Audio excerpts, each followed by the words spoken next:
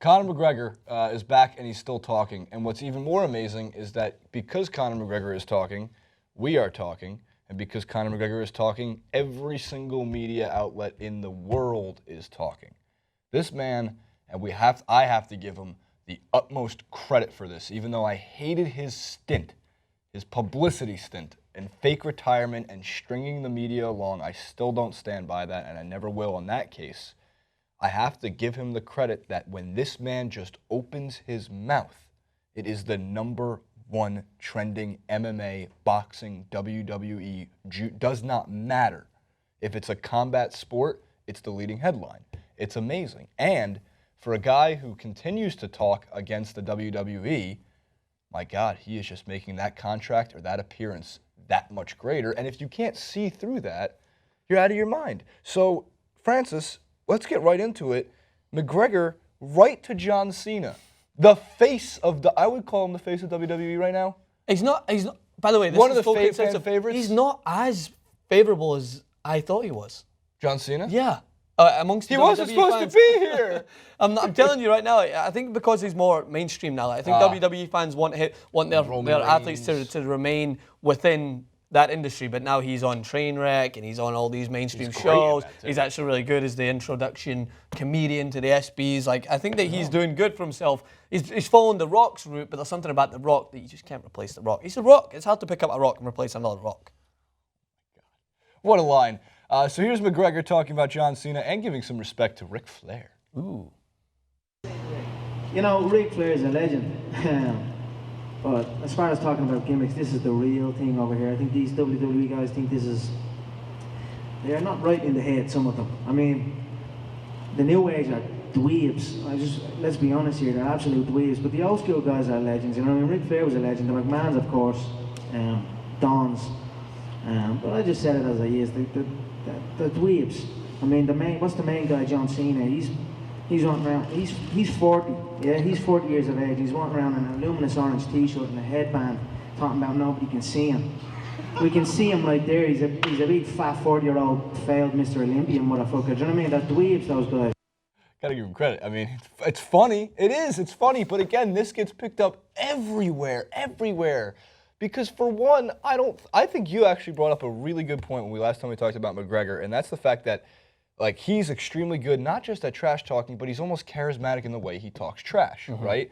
And this is, by the way, entirely separate from his MMA fighting game altogether. This is just McGregor the person, so we know. It's the way he goes about calling out these fighters that he does it with a degree of comedy. Yeah, it's unique. So when a headline says McGregor rips Cena, calls him a dweeb, but then you watch it, it's funny. If it's the other way around, I'm curious because John Cena's a good trash talker too, but as we saw from some of the WWE fighters, it's just they're not doing it as comedically as McGregor is. Yeah, and that was my point on the last clip. It wasn't to rag on every American. There's a lot of funny Americans, but there's this. The Rock. There's this. Yeah, he's very funny as well. But there's just this sense that when you're going to trash talk someone back, it's like, so's your face. So's your face. So's your mom. So's your mom. And that's it. But McGregor's got this funny side to him that he is comedic. And by the way, all it does is Vince McMahon sitting there, and it's basically just a call to McMahon to be like, hey, Vince, can you add another zero onto that, please? Yes, like, okay, no problem. Can I have another zero? Oh, yep, no problem. We'll add them all up. That'll be a bunch of zeros. And also, are we all just bypassing the fact that who's fighting this weekend, Jason? John McGregor. So it is all a form of self-promotion. And he's very, very good at it. And what it does is I think there's a little bit more to it than what McGregor's alluding to. I think that, yes, he is thinking about a potential career further, but I think he might be trying to create a media safety net so that if he does fall flat in his face, these sort of things might still maintain headlines. They might still push forward another question. Is he going to go to WWE? And then when he drops the hints about Aldo, not the hints, but he drops what he's going to be doing about Aldo. So again, what that does, I wouldn't agree that McGregor should be announcing another fight before he's even fought Nate Diaz, but it's intelligent in terms of the way that he's trying to protect himself. If he does fall flat in his face against Nate Diaz, the next talking point's right there. You can rag on him for a few weeks or whatever, but Aldo's the next card. Facts of the matter is that if he talks, we will talk. Yeah. And that's how he has us on it. He has everybody. He's the puppet master. He is. Or maybe it's like a double puppet master. It's like Dana White. You tried to be the puppeteer with Dana. It's like the guy who does the... yeah, he's really good. You know what I'm talking about, at least. Thank God. You follow my lead. I have no idea if the audience does, but They know who McGregor Jeff also Dunham is. continued to talk about featherweights. He also talked about Floyd Mayweather. Let's get to the featherweights first and just the featherweight division altogether. Remember, it was announced that he's going to be fighting interim belt holder Jose Aldo a second time, I think at UFC 204. I'm the featherweight world champion. The guy I KO'd in 13 seconds is holding the interim, so what does that tell you? I'm leaps and bounds ahead of that featherweight division. I'm the world champion. Of course, I'll defend it at some time in the future, but we'll see what happens after this fight. Continues to say, but right now I don't see anyone on my level, so I'm having a hard time deciding who's next after this one, so we will see. We'll let things play out, and then we will figure it out. And to McGregor's credit, technically, yes. I want to see the McGregor-Aldo full fight. I want to see the Aldo that fought Frankie Edgar fight Conor McGregor. Yeah. I think that's what everybody wants to see in terms of a good fight. He also has Nate Diaz, as you mentioned, Saturday. Oh, guy's got a busy schedule ahead of him. Yeah. Dana White's got a lot of number crunching to do. And I still think, and I will stand by this statement, yes, the UFC is fine if Nate Diaz beats the crap out of Conor McGregor. And guess what? It's also fine if Jose Aldo beats Conor McGregor, because it doesn't matter if McGregor loses anymore at this point. He lost to Diaz in the worst way possible, and he dominates the headlines of every main news outlet. Well, that's what I'm saying. It wouldn't surprise me if Dana's in his ear as well, saying they're going to ask you a question about your fight after. Can you just maybe leave a trail that you're going to be fighting Aldo again? And again, I'm not saying that I agree with it. Like, I actually liked the McGregor stance where he was. I liked the McGregor stance where he was kind of being a little bit more conceited, and he was just talking about how he's focused on this. He was like, I brought in a lankier fighter to train against me, so I was well prepared. But it seems now that we're closer to the fight, he's back on we need to put forward a show, train. And it's not a problem. I just hope that he's able to go forth and show that he can still win the fight that he's focused on, so that all that doesn't kind of fall on deaf ears, because he is a great showman. His showmanship is some of the best in the industry. And he's clearly, as I mentioned there, creating the next headline as soon as this fight happens, whether it's a win or a lose. Exactly. The next headline is McGregor's up for Aldo.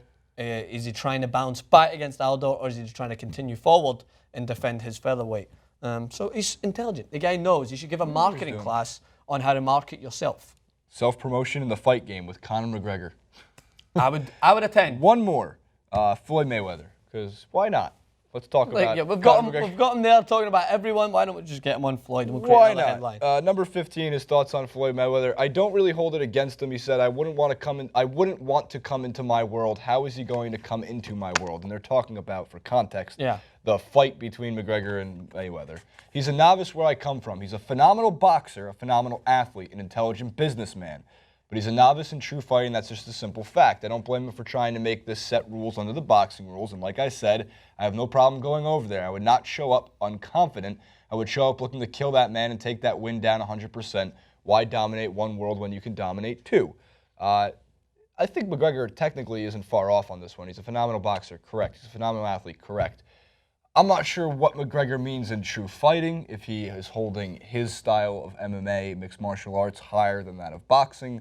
They're each their own completely separate fight game, and as Max Kellerman has said over and over again, the lack of respect for each of these disciplines is shocking from everyone in the media. To think that either one can step into the other's world and even have a chance at winning is asinine and completely untrue. And I agree with Kellerman. The guy knows more about boxing than most of the guys in the boxing networks that talk about it every single day. He knows more about boxing than I know about Blazers. And I know a lot about Blazers. And the Trailblazers. And the Trailblazers. Hit us in the comments. Let us know what you think. What do you think about Conor McGregor's quotes? Is he the master of self-promotion? Do you think there's some substance to some of these comments? Is he going to set up a match in the octagon with Aldo, then follow up with one in the ring with Floyd, and then one in the ring with John Cena? Ladder match. I would maybe just put them all in for one ladder match. Who cares at this point? Hit us in the comments and on Twitter, Francis_Maxwell. Jason Rubin 921 TYT Sports. We'll catch you again soon.